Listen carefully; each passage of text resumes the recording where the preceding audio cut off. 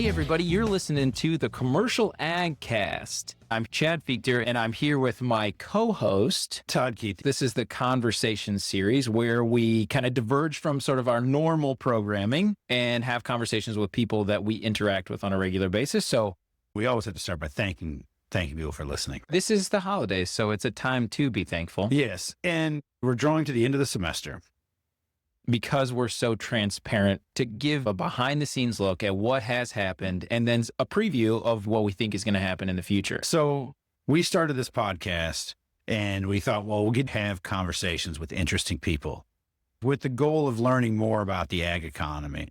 We can't teach Purdue Center for Commercial Agriculture people about crop budgets. They know more about crop budgets than we're going to, right? The ag economy has these parts that we don't necessarily think about in day-to-day ag economy. I think things that I didn't really think about when I was a farmer. Yeah. What is it when you were a farmer you didn't appreciate, understand, but maybe you would want to learn more if there was an easy way to do it? We're not going to bring somebody to talk about seed technology and whether or not to buy this kind of seed or like corn breeding. We're just going to talk to these people that maybe don't show up on the radar quite as much. We had some interesting conversations with Nate Kauffman from the Federal Reserve, Matt Erickson, who spent time in the Senate, Joe Balagtas, who was at the White House. We had a conversation with Brian Martin, who's a hog farmer here in Indiana, but at an interesting way of positioning his business. Anyway, so we had those conversations over the last 6 months. Correct. And now we're kind of wrapping up, and I'm getting ready to go away on sabbatical. So I'm Wait not a second, going to be. Todd, where are you going? Oh, I'm glad you asked. I'm going to be teaching economics on this program called Semester at Sea. Huh. So my wife and my 2 kids, age 11 and 13, and I are going to live on a cruise ship, and I'm going to teach economics when that cruise ship is moving from port to port, which is usually 5 to 8 days sea stretches. And then when we park at a port, we're there for 6 days to travel around that country. So it's not like your regular cruise where you're traveling at night, you're visiting a country in a day, the next day is a different country or a different port. But the places you're visiting is like Jimmy Buffett's Margaritaville, Senior Turks Frogs. and Caicos. Yeah. Right? That's where you're going. Yeah, mostly.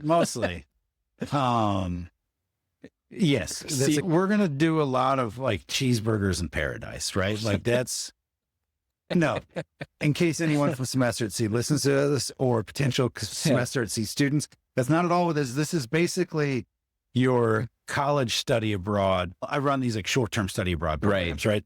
Where we'll take a bunch of kids from Purdue College of Ag and we'll go to Italy and we'll visit some farms and we'll go to like a cheese manufacturer and we'll take a cooking class and we'll learn about all the things we learn about in the classroom, kind of take those into the field, right?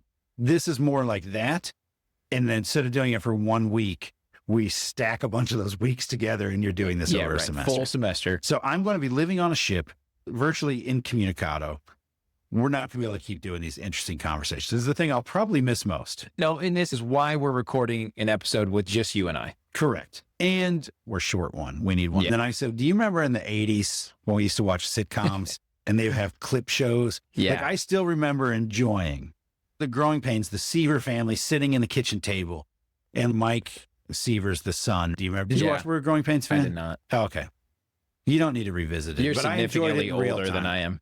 That's true. I'm like 6 to 7 years older. Yes. But I grew five. up with just my dad, so I consumed media that I shouldn't have. We didn't have TV. Oh, you didn't have TV at all? That's for another podcast. We had a TV that we could watch movies on, but those movies were fairly like restricted. You didn't even watch like 2, 4, and 5 or whatever, like just your basic over the none of that nonsense. Oh, wow. Yeah. Interesting. Okay. So I was raised by popular media. No, my kids are living a similar experience where as a overzealous millennial parent, I have taken away their access to lots of popular media outside of what they consume in school. Okay. So I was raised by media.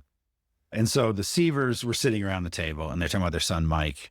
And they were like, do you remember when Mike bought that car? Then it would soft focus to Mike buying a car. And then there'd be the funny little bit from that. And then they would soft focus back to the parents at the kitchen table dying laughing. They'd be like, but it wasn't always funny. Remember when Carol had that tough exam? And then soft focus. And this was a clip show, right? Mm-hmm. I was like, well, maybe we should just do a clip show. And I thought it was a great idea. So, but I wanted to ask you, because I was thinking as I was coming in today, what is the most stark thing you feel like you learned by us recording conversations? So it could potentially be personal. It could potentially be like your mind was expanded in understanding the ag economy. What was the most surprising thing I learned or most impactful? Yeah. Mine was our conversation with Brian Martin. We were talking about immigration and his use of foreign labor on his farm. And particularly, he mentioned a visa program that is to bring in college degree holders from other countries to come work for them. Our industry generally today, biggest need is labor oriented. Through the last 10 years, seems to be fewer people that truly want a job, and that's resulted in the industry becoming a lot more active in immigrant workers. The visa that is used in our industry predominantly is TN visa, which is a college graduate could be from Eastern Europe, from Africa, from Mexico. We are 80% employed in TN visas, which is a 3 to 5 year, and it puts you into a whole different process of finding people. The good thing is, you're finding folks that are looking for opportunity, that want to come to work, that are leaving a place and seeing a broad horizon in front of them. That's interesting. It sort of is a close correlation with what we do with our grad students, right? Because we're getting people from all over the world. Mm-hmm. For us, Purdue sort of hangs its name out there as like this great university. And then people find us. Mm-hmm. But how do you have to find them, or how do you find those people specifically? Yeah, absolutely. We started looking at it 5 years ago. And the simple answer is it is a political process, bureaucratic, which means little Martin farms in Northwest Indiana can't easily connect. And the answer is actually Hanor put us on to a law firm that they had used, and it's an immigration company, relationship oriented, so they will recruit, they will help you through the bureaucracy. So it's a 3-month process, and it was $6,000 per person, which is ominous. But when you look at what turnover costs you, that cost is small for a person that can do, wants to be a part of something. That was the answer. So you mentioned that you're now 80% TN visa, right? How about production out of the sow farm? Over the course of 6 years, our turnover has moved from near 80% annually to 30%. Wow. And that comes with improved production. I've spent a lot, I continually think about this because I thought of immigrant labor on the farms, mostly in low skill dimensions. Sure. Like I need somebody to carry stuff around or dig ditches or whatever, right?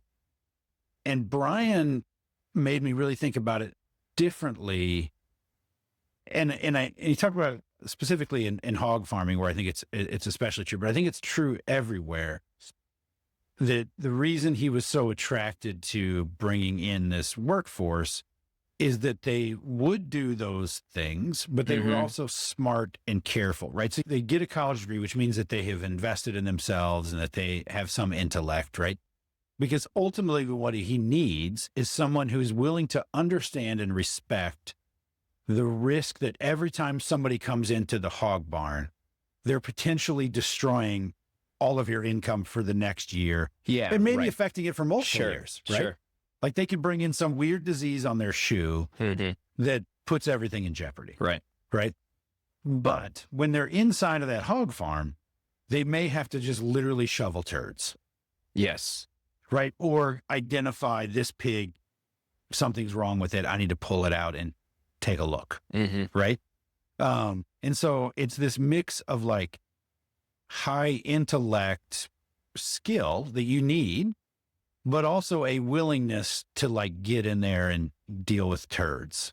Yeah. And that's a weird subset, right? We generally think about the economy as economists. I think of as like, there's the people that shovel poop, and then there's the people that, your typical farmer is doing things that we associate with unskilled labor, but then they're also doing things that are associated with very high skilled labor. And what Brian talked about is having these people that are willing and excited to do both. And that a lot of times as he's hiring people, there are people that just don't want to deal with the low skill portion of it. And that's how I was as a college student. Yeah, right. I remember having an internship where I got asked to literally alphabetize and file stuff. And I was like, dude, I'm 3 credits shy of a degree in finance. Like, I should be looking at your budgets and helping with that, not just filing papers. But like, somebody's got to file those papers. Yep. Right. And that's the same idea of like what Brian was looking for in his employees. So like that part of the conversation is like something that I still think about routinely. I fear that my answer to the question of what is the most impactful is more informed by what am I thinking about now. The thing that I feel like though is really interesting to me right now, and I feel like I learned is that conversation with Joe Suttles. I am familiar with farm management as being a person who is the owner of the farm or part owner of the farm being the manager. And so thinking about a professional farm manager who's trying to make decisions for that farm, but it's not really tied to their family legacy, the community. I mean, I'm not saying that Joe's not thinking about the community, but like I thought of my community a lot as I was making farm management decisions, but it was probably more of like a societal management or something like that. But there's also like, I think maybe what you're getting at is the element of when you're a business owner in a community, there's also this concern about how you will be perceived by the community. You at least feel some ownership in the community, how it's sort of like perceiving you and then evolving forward. And what Joe talked about was sort of like, he has that, but he has other communities that he's thinking about, right? Which is like these investors that are maybe geographically distant. This is the first time interested in agriculture at all. And they may only be interested in agriculture and the financial performance or perceived financial performance of this sector. They're going to get us 4.5% return, right? And it's going to be, it's inversely correlated with the rest of the economy. Yeah. I've struggled a little bit on communicating why we have a specifically farm management class as opposed to business management. So I'm asking you, can you help me? I would go back to, I mean, I'm biased, number one, to agree with you. Like, yeah, of course, farm management is special and different than general business management. But yeah, I think it realizes there's such a breadth required to run a successful farm. You've got to understand a ton of scientific principles. You've got to deal with all sorts of suppliers and vendors to support that business. You've got to understand incredible complexity to truly understand your cost of production. Depending on what kind of business you're in, you've got to deal with customer relationships that can be everything from your integrated contract environment to an open commodity sale process, and you've got to be able to manage that. I mean, there's classes here at Purdue about just marketing commodities. There's a whole lot of businesses that you could be managing. If you're out managing the local Home Depot, you don't need to understand anything about hedging. You don't need to understand long and short contracts or long and short puts. In addition, you've got all of the government policy influence in farms, and that's incredibly complex and difficult to navigate. But it has to be managed, right? And you have to play that game in order to be successful, whether it be insurance products, payment systems, or NRCS related conservation programs. It's really complex. Well, and then we have the other side of that too, which is all of the ways that you face regulation, right? With things coming onto your farms, things going off of your farm, how people and things are treated when they're on the farm. It's incredibly complex. Yeah, that's a good answer. Thank you. So that's the thing I've been thinking about the most, and because I'm teaching this farm management class, and so that's informed sort of how I think about the class, and I'm thinking about rewriting it for next year and trying to think about, what are the unique parts of farm management that I truly want to communicate to students and have them think about. Yeah, so I feel like that's been really thoughtful. And then I was thinking about Joe Balagtas and Matt Erickson talking about the policy world and thinking, oh, these are just people doing jobs. Like they're thoughtful people, but they're just doing jobs kind of like farmers are doing their jobs as well. I think the thing that really jumped out from me talking to them is just the boring nature of just a job. It's more like working at Dunder Mifflin on The Office. Right. Than it is on like working on The West Wing, the TV show, The West Wing. No, that's 100% what I think of when I think of policy. Like when you said West Wing, I was like, the one thing I think about when everyone's like, how does politics work? What I'm thinking is West Wing. Yeah. Or what was that? Netflix had the one I didn't ever watch it. It was really popular. Kevin Spacey. Didn't watch that. But there's all these political intrigue. And in some way, Game of Thrones has that, right? Like where they're fighting over who's going to be the king. But really, it's just like, I'm just showing up and I got to make these calls, or so-and-so's coming in, I got to listen to them. Like it's more, I got to go to dinner and convince someone that I need these votes, which seems like a really big deal, right? If what you have to do is you got to go get these votes, but they have to do that again tomorrow. I was struck by how it's just routine job stuff as opposed to these big, more elaborate situations. And you go home and you sleep for the next week because you got the votes and you're done. walk us through a day. What the typical day look like? How do you spend your day? Yeah, so at any given moment, any given day, I might have 3 or 4 projects that I'm working on. Some of them are regular, right? So I was in charge of the industrial production and utilization report, monthly report that comes out of the Fed. Mm-hmm. And whenever that came out, we would get a early peek at it, 24 hours before it was released. I'd write a memo with my team and send that to the president so he knows what the news is going to be the next day. Like, 2 or 3 bullets, right? Here's what you need to know, Mr. President, about industrial production in the country over the last month. Do you think the president read it, or somebody who works for the president? Like, who are you writing this for? So that report was written for the president and anyone else who would be in the Oval Office with him when it was shared with him. Okay. Right? Did he read it? I don't know. Maybe, I think somebody before the president decides what's newsworthy and what's important for him to read. Someone in a filter of, because he's going to get these things handed to him all day long. Right. If there's some big breaking news in industrial production, that memo might come across his desk. Are you in a group? So like, there's some portion of your day then where you're like just reading in isolation at your desk, right? That's right. But then there's some part where you're going to get together with your colleagues and say like, here was my take on this. Here's what jumped out to me, right? So it's a mix of sort of like monastic alone time, consuming information. Correct. And breaking it down with other people. Yep. And for those regular reports, I'd be the lead. I'd read the industrial production report. I'd draft a memo. I'd give it to a junior economist who would draft the memo. It would come back to me and I'd say, yep, that looks good. Let's send it on. And then did you present any of the stuff like verbally, not just in writing? Like, would you go in and brief the president or a team of people? I never briefed the president. Mostly I would brief the chair or one of the members, and either the chair or the member would go to the Oval Office and present the work to the president. And I think it gets to the idea that I think we both have a fascination in tasks. And we've asked it a lot to our guests. But what are the tasks that you're doing? Because even like when I'm teaching class and I'm talking about a big overarching topic, it usually boils down into there's things that you have to do. So that's something that I feel like came out very strong in our conversations, is that there are people doing tasks that make the big overarching topic work. So you're in a series of these kind of back-to-back meetings, half an hour, 15 minutes, sure. something. Yep. And a range of regular every job meetings, right? You do that through like till your early evening time, till it's time to go home for dinner, kind of?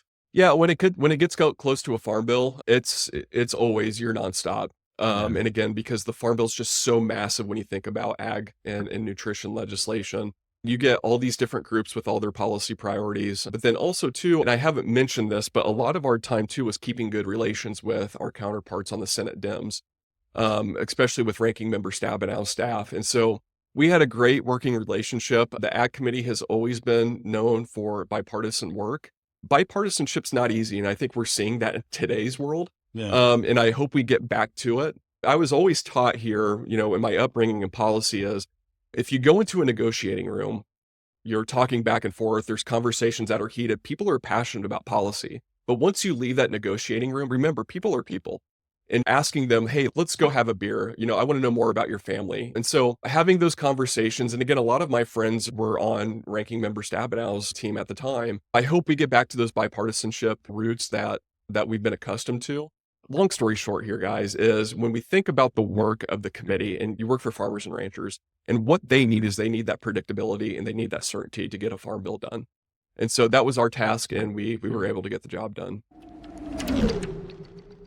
The other thing that's surprising about doing this podcasting, I'm surprised how much it has plugged into the other activities I have in my life, professional life. Yeah. And that, like, my research, advising graduate students, but particularly like in the classroom. Like, I taught the intro micro class for the first time this year. And a lot of the examples are like, I talked about our conversation with Matt Erickson and policy when I talked about policy. When I talked about decisions that a firm has to make, I talked about our conversations with Joe Suttles or our conversations with Brian Martin, right? And like, here's how these decision makers, they got to do this or that. Here's a real concrete example. So if our boss is listening, this was really worth our time. Yes. What are you currently thinking about now? Because what I didn't anticipate in doing this job is how frequently sort of my fixations are like monthly, where all of a sudden it's like the thing that I'm most interested in right now is this, and it's because I went to this thing and I talked to this person. So mine is actually kind of previews what we're going to be playing while I'm gone. We've sort of hinted at last summer, we did in June, we went to Arkansas to learn about rice. Yep. We went and visited a bunch of rice farms because we didn't know anything about rice. Went there, found out we knew even less than we thought we knew. But just to kind of learn about farming and agriculture and something that's kind of outside of our normal space. Yes. And we got to meet a lot of great experts that had devoted their life to rice, either as farmers or researchers, all these sort of dimensions. Just last night, I booked my family and I, when we are in Thailand, that's where we start our voyage. We're going over a few days early to just kind of hang out. And it's also a 12-hour time difference. Yeah, that's and horrifying. So I'm going to Thailand a week early, in part to have vacation with the family and enjoy the holidays, but in part because it's like the real motivation was like, I need to be able to teach. You need to hit the ground running. I need to be able to, yeah. So I'm gonna go, and I'm too old to hit ground running. I'm gonna go hit the ground walking, right? So I just booked last night in Thailand. We are doing this thing called a rice farm experience. We're going to go plant rice. Wow. We're going to go harvest rice. We're going to mill rice. We're going to make something with that rice flour, all in Thailand, learn about Thailand rice production. I have never been more excited about a vacation activity in my life because we went to Arkansas. I am now going to come into it with this view. Yeah. And that's why I'm doing this sabbatical, right? So just to kind of give maybe our listener, if our listener is not familiar with university life, at least here, and most places like here. So if you think about your land grant universities, so your University of Illinois, Iowa State, right? Like our sort of sister peer institutions, whatever you want to call us. Every sort of, let's say 6 to 7 years, you can take a semester where you get relieved from your duties here to go pursue something else on the grounds that it's something that will contribute, that you will bring back here. Right. Right. So like, you will be better. So like Joe Balagtas did a leave to go work at the Council of Economic Advisors. We had that great episode with Joe. Then Joe can come back here, and when he's teaching his students about policy, he can be like, well, based on my time in the White House, here's how I know this actually works, right? And so my thing here is to go and learn stuff that I can bring back. And so like we're visiting I'm going to visit a bunch of farms and that kind of stuff while I'm traveling. But this one is more, I'm like, oh, I'm going to see another dimension of rice, and not like a more traditional or hands-on or other part of the world rice production. I'm so excited to go to that as an economist and think about it that way. I fear that we may alienate, not only have just alienated the workforce that has to switch from daytime to nighttime, but just normal people. When I say it also does sound really cool. Yeah. Oh, yeah. No, I think that everybody's also, oh, that sounds cool. But they also like, that sounds terrifying to live with your family in a small cabin on a ship and hopefully don't all hate each other, right? That's the downside we're thinking about. But so I've been spending a lot of time preparing for this voyage and kind of thinking about the stuff strategically I want to try to see to help me understand better. And part of it is like seeing farms, but also see the way that food is marketed and produced and sold and consumed around the world. Whenever I travel anywhere else in the world, the number one thing I always have to go to is a grocery store. Yeah. And I don't mean like wet market, like a seller of fresh fruit or a lady that's making noodle. I mean, like, take me to your equivalent of Safeway or Anderson's if our listeners out west, right? There you go. Right. Like, just like your run of the mill. Piggly Wiggly. Yes, your Piggly Wiggly. We're just trying to hit all the demographics here. Yeah, I got to say Schnucks for my St. Louis listener. Wegmans, for those of you in the Northeast. Oh, yeah. And those people, they have it good, man. Wegmans is nice. They do. Sub in other grocery chain from the region we missed. Also, if you're listening now and you want us to put in post your grocery store as a plug, an advertisement, we can work that out. Reach out. Yeah. Do you know we have a clickable donation link in the CCA now? No, I didn't. There's literally a clickable link. If you are enjoying this podcast and you're like, how can I kick a couple shekels to keep this going? Because we only take shekels. Or if you want to shut us down. If you want to say, I will bid you out and make you never do this again. That link could maybe work. Just put us in the show notes which one you want. As economists, the market goes both ways. So what I'm thinking about a lot is just the variety that is the agriculture sector globally and how I'm going to try to intentionally consume some of that. So that gets into, I'm going to go out of order and say what's ahead is we went to Arkansas, we met with these people, we learned an immense amount, and we made podcasts the whole time we were doing it. So while Todd is gone, quite literally driving around in a truck, we did, podcasting, and we have no idea how it's going to sound. It might not be great, but it was kind of this idea of like, we're going to experiment. Our intentions are to learn about the ag sector. So let's go somewhere else. And as a farm kid, and I think you too, as a kid who grew up in a rural area, like I just like rural places and I like learning about rural places. And so we just had a lot of fun, and the hope is we do more. And I like the culture of it too, because we also, in addition to walking around and learning about rice farms, we also like went to a barbecue restaurant. Correct. We went to a private club as a way to get around, and let's go open season. Oh yeah, you're right. A way to get around local dry county policies. You can have alcohol at a private club. Right. Right. But it's there to cater to the duck hunter. So we were in like a duck hunter themed bar. Yes.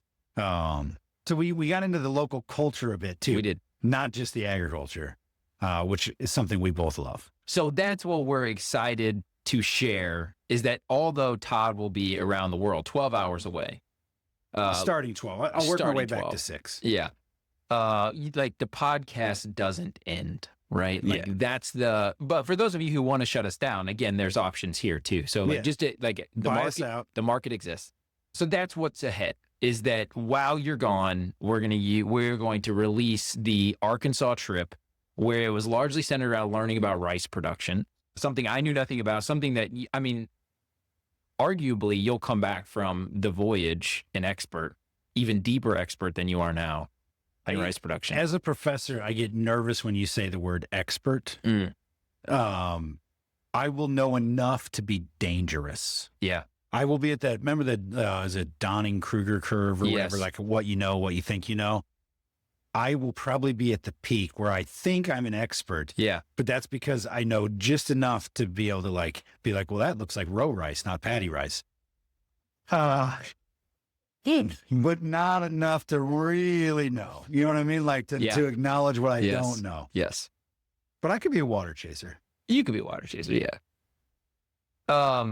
Okay, so then that gets to what am I thinking about right now? Because the people that we were with were Aaron Shue. Aaron Shue works for a company called Acres, which is I think they call it a farmland intelligence platform, and you're going to hear from him in the podcast. And Colson Tester, who worked for Acre Trader, which was the investment sister company of Acres, this information platform. Aaron was recently promoted to chief technology officer. So he's an ag economist who is really spent a ton of time learning about the tech sector. He's also a trained geographer, right? He's ag economist / geographer / technology. You called him a polymath, which I had to look up what that meant. So do you have a short definition of what a polymath is? So poly means many. Oh, wow. Math means math. Wow. Yeah, That's really good.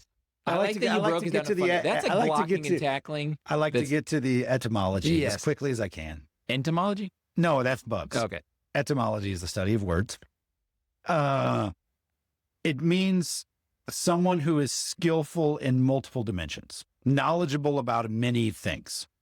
So that is Aaron in a nutshell. Yeah, I feel like we should just have a podcast episode where we just throw stuff at Aaron and just see how many things he's knowledgeable about. Because I feel like he'd just be like, you feel like he'd be like, have you ever read any Faulkner? And he'd be like, oh, everybody reads this book, but you should really be reading this book. Like, and then you could be like, hey, what's your favorite go-to snack at an NFL game? And he'll be like, well, it depends where you are. If you're in Charlotte, you get this, right? Yeah, like, no. he just knows sort of everything. And he's very nice and personable and unassuming. So I got to ask him a lot of questions, and he has a perspective about large language models and AI. And that perspective is what we have yet to see what the real impact of that's going to be. And so in conversations with him, it started me thinking about how do I use AI? And it's going to tie back to the podcast, because what I realized is the way I use ChatGPT is to ask questions I'm too embarrassed to ask you about, right? And so when we hit these situations where I hit these points where I'm like, oh, I don't think, and a lot of it, like if you're thinking dirty thoughts, I would challenge you that what I'm thinking about is technical sort of questions. Oh, I was going to say, I'm glad to know that I'm not going to have to look at your moles, that you're just going to give ChatGPT pictures of your moles. I still want you to look at the moles because there's still a couple that are growing in ways. But I use it constantly to like give me intuitive explanations of things I don't quite understand. And so it ties into this podcast because I think I asked a lot of those questions. If I think back to the questions I asked to these people, a lot of it was, can you help me understand your world? Can you help me explain? Can you help me understand why you're making these decisions and how you would think through these things? And I use it because I like to uncover those insights conversationally. So I really enjoy about this podcast that I get to interact with people who are really, really intelligent and really, really diversified in their experiences, and I can ask them all these questions. What I realized is that's how I use ChatGPT almost on a daily basis at this point, where my wife jokes that like I have a relationship with it. I do not. It's just that I feel very comfortable asking lots of questions and saying, I didn't really understand how you explain that. Can you explain it like, assume I'm younger, assume I don't really understand mathematics that well, assume, and it's unbelievable at that. And it has greatly increased my productivity because I don't hit these points where I have a question and then I don't go and ask a question to a human being because I'm too embarrassed. I just ask ChatGPT. Okay, so now I'm going to tie it all full circle. I felt that way all the time farming. There's so much that goes on in agriculture, and if you're a farmer, that you can't understand. And so you could go hire an expert, but it's likely going to cost you a lot of money. Or you could talk to a friend, but a lot of times those friends are also farmers. And so you feel a little bit competitive or that you shouldn't ask it. Or it's just someone that like maybe has the insights and isn't competitive with you, but I'm too embarrassed to ask the question. So is like farm management and is AI going to transform the ability of not only farmers, but like small business owners to have access to information and insights that we never had before at such an inexpensive level, right? You could get the insights, but you had to pay for it. So that's what I've been thinking about recently. Well, I use AI mostly as a filter. So, for example, tie back like to a coffee filter? Sort of. Okay. But more of like an information filter. Oh, okay. I was just adding. Where so I'm getting ready to go on this voyage, right? Yeah. And I need to book a number of things, like a tour of this rice farm. Yeah. Right? Yep. And I can go on TripAdvisor and there's like hundreds of reviews. And what I would do historically is like read all of those. Mm-hmm. And then like these gravitate from me, these don't or whatever. Like But I'll just send that link to my AI of choice and just say, can you summarize all the reviews of this? Yeah. And then say, okay, if you look at just the 1-star reviews, what's the thing that they mention most in there, right? And if they're like, oh, they all say the food's too spicy, then that's one I got to think about because I don't do spicy food well. But if they're all, like it was just too much information about how rice is farmed, then I'll be like, well, that's what I want. Yeah, like that's not a 1-star to me. That would have been a 5-star for me. Yeah, right. Yeah. I use it in that filtering thing, right? So the other thing is they talk about like technology adoption, that we generally first use technologies to reduce costs. That's a cost reducing thing. I guess I'm going to waste less time reading all these reviews myself and just going to have them summarize them. Yeah. Right. But then after we've reduced our cost, then we use it to like productivity gain. So there's like this second generation that I think we're still not maybe there on AI. At least I'm not there on AI. Some people might be. Okay, so the thing that I feel like, so Aaron, just when he was just here on campus and and this is why I'm talking about it, because it's very fresh, is that there's also sort of like you can create these projects or notebooks where you can upload the information you wanted to be thinking about in addition to sort of the full internet for a particular topic, and then allow it to draw insights from that body of work in addition to the internet. I'm thinking about this because there's a lot of knowledge that you generate or you leave for a while and then you have to come back. And I remember sort of like, even in our world today, like we have projects that we kind of set aside and then a month later we have to come back, and it takes a couple hours to like get your head back into it. Yeah. Or be reminded. Or the classes that we teach are usually once a year. 100%. Right. Yeah. And so you've been thinking a lot about your farm management class, but then come August, you're going to have to think about it again. You're like, what was I even thinking about in December? Unless I kept notes for myself. No, that's it. And that's literally what I'm thinking about, because that's what I'm going to do. So I'm trying to like rewrite the class in January as opposed to waiting till August because this is all fresh. Anyways, I just think that's really interesting to think about if we're coming and going with information, and even project specific information. Can AI help that? And it is still lowering cost. I think it is still, as the way you're explaining it, like I'm still thinking it's lowering cost. But this experience of thinking about how do I use AI? How do I prompt it? What is it capable of? It feels like we're at a point where that's what we should all be doing, is exploring personally, how does it help us? How could it help us to sort of envision a world where we could move beyond just reducing costs to does it make us better? So the other way that you and I have used AI together recently was looking at astrology, which I'm not a believer in astrology. Are you a believer in astrology? Yeah. I didn't think so, right? Yeah. But ChatGPT can read people who believe in astrology, and we were asking where we should live. It's true. Based on when we were born and the star signs and all that stuff. Yeah. That was fun. It was a useful exercise. Yeah. At least gave us something to talk about at lunch. We had a great time at lunch. Yeah. And I think hypothetically, so for the sake of just discussions, it's really good at hypothetical questions, right? And those can be nonsensical. So the would you rather right now is a big thing in my house. So a 6-year-old and 2 3-year-olds frequently ask me would I rather, and then 2 nonsensical things. Yeah. It's fantastic with that. There's a whole kids show on that. Really? Coop and Cammy. That's like, you should watch it with your kids. Okay. I don't know if they're quite there yet. They're probably still in cartoons. They are. Yep. But when they get like sort of late elementary, that's going to be a hit. Our kids devoured it. What I have learned about AI is it might not give you the same response every time. Oh yeah. Right. So if you give it the same hypothetical situation, just like a real person does. Just like a real person, right? Yeah.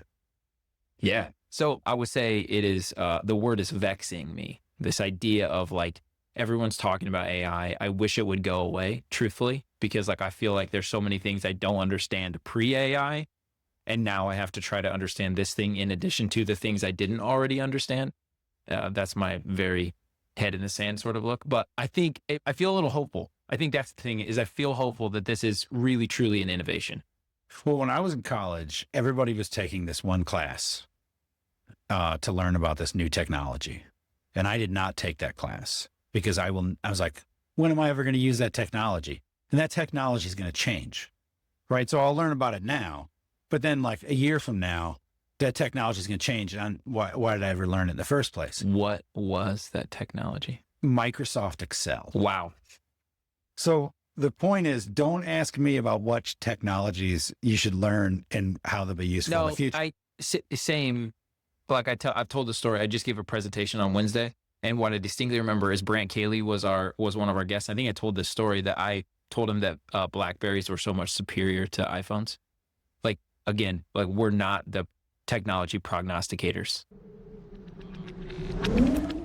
So this is a question for both of you, because like sometimes I don't even know what my problem is, right? Like I think that's the thing with like smartphones. I remember distinctly riding to a basketball game with your parents, and you had the original iPhone, and I was like, dude, we're never gonna type on screens, right? Like we're never gonna use the keyboards on screens. So I'm like, like that's a daunting task. How do you think through that? Like frequently, I don't know what. Yeah. Like if you interviewed me, I am terrified at what you would develop that I probably won't use in the future. Yeah, I don't want to act like I have this all figured out, but I do think that you've just got to figure out how to solve a problem. And if you solve that problem really well, like the users, like the people will come to it, because like the iPhone, you're right, typing on a screen, like it is worse than typing on a BlackBerry. It just is worse. But it's like, oh yeah, but also you like can watch movies way better or whatever, right? So they're like, and if you look at like farmers and technology adoption, I do think that like great products get used. Precision planting has a great product that almost every farmer that I talk to, they have a precision planting unit in it. It's like, well, they like created something great, and they figured out how to get farmers to use it, and they solved a problem, and they nailed the price point, and you know, there you go. You have a business. Like sometimes that's how easy it is. So I think that you just have to start with, from my perspective, start with the problem, and then how do you come up with an accessible solution for that? I don't know. We'll see if we continue to pull that off. You can tell I think about things very differently, because when you said blackberries are better than, I thought you were going to say raspberries or blueberries. And in either case, I would say you're right. Really? But I thought we were talking about the fruits. I thought you were getting ready to talk about fruit. Huh. And I think the blackberry is an underappreciated fruit. No, I agree. But I think appropriately appreciated technology device. Yeah.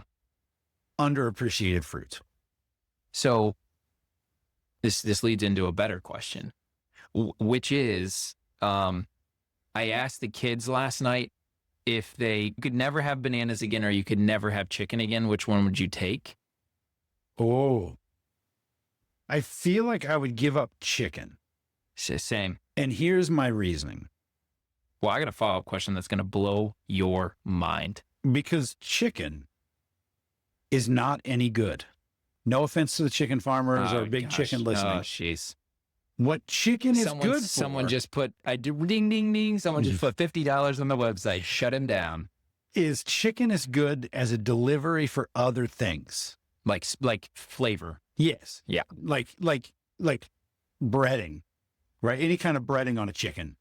Like love it, but I could eat fried batter off of a stick. Right? You can't eat the stick though. I could dip a stick in ranch dressing and enjoy it. Okay. Right, like all of the things about, but bananas, I eat just a banana. Yeah. Right, like I'll eat a banana. Like if I ever eat just a chicken, breast, wing, leg, anything, if you don't at least marinate it in some buttermilk or put some salt or garlic on it, like I'm not having it. I'm not going to eat just plain chicken. Plain banana, that's like a little gift, right? Okay, so sidebar.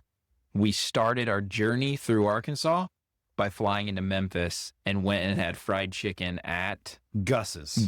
World famous. And like perfect example of so if you're listening, a song of fried chicken. Like it was beautiful. Yes. If they're world famous. Gus's world famous fried chicken is what it says. On the sign. Yes. So if you are listening to us from the world, we could have just said Gus's because you would know. It's famous. Good point. Throughout the world. Yeah. As a terrestrial meaning on this earth. Yeah. I brought a cup home. That's how I did. remember the name. So, because I use the couple. Like with my son, August, we call him Gus. Gus. I call him Gus. Yeah. So it's Gus's fried chicken. Okay, so sidebar ended. All right, so follow-up question is now, so I chose the same. Chicken would be the thing.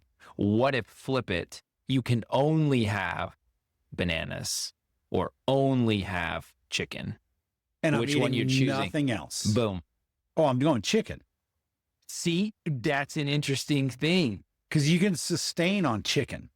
Yes. I feel like if I eat nothing but bananas, I probably should change could it. Could I You survive? would have, could yeah, I right, survive? you'd have to, it's a fortified banana. Yeah. Protein-rich banana It's or a something like. protein-rich banana. Because it doesn't have everything I need to survive. Also, I feel like you would just like have that banana taste all the time. No, agreed. But like, that's the thing is it's really interesting is that if it posed one way, banana the clear winner, posed the other way, banana's a clear loser.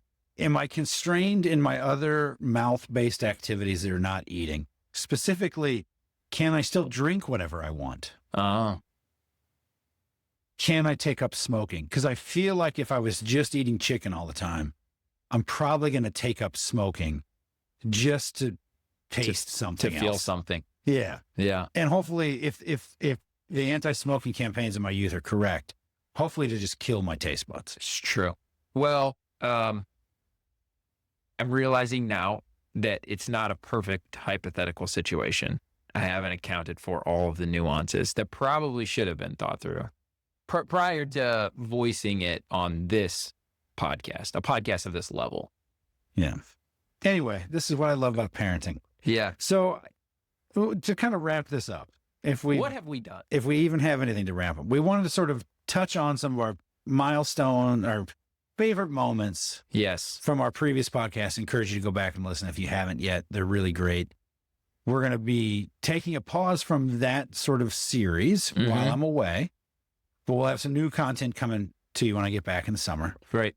But in the interim, all of our conversations are going to be drawn from this trip that we did to Arkansas to learn about Delta rice farming. And hopefully you enjoy it. We enjoyed it immensely. Our goal, my goal at least, is that we will continue to do things like that again, where we just could go and intensively learn about something in a different place. Not necessarily having to be pertaining to rice. No, But if more rice experiences present themselves, we're amenable. Yeah, I feel I don't want to have a rice podcast. Not yet. I don't want to be a rice economist just yet. Yeah. I would love to get into permanent crops. I'd love to go out to like the Pacific Northwest or California. I'd love to learn about dairy, go to some dairies, like those kind of things. We want to do that kind of trip. Well, thank you for listening. Chad, thank you. Hey, thank you, Todd. Enjoy the voyage.